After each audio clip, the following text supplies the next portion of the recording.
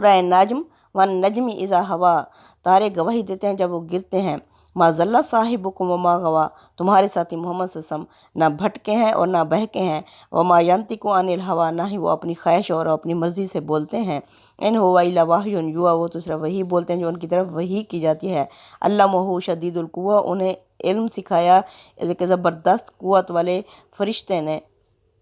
تارے گواہی دیتے ہیں جب وہ گرتے ہیں، یہ انہی تاروں کا ذکر ہے جن کے متعلق بیان ہوا ہے کہ اللہ تعالیٰ نے انہیں رجوم للشیاطین، یہ ان شیاطین کے لیے سنگساری بنا رکھا ہے۔ مدعا یہ ہے کہ جب یہ گرتے ہیں تو زبان حال سے گواہی دیتے ہیں کہ ہم ان راستوں کی پاسبانی کار ہیں جن سے جبرائیل امین اس قرآن کو لے کر آتے ہیں، ان میں کسی شیطان کے لیے در اندازی کا کوئی امکان ہی نہیں ہے۔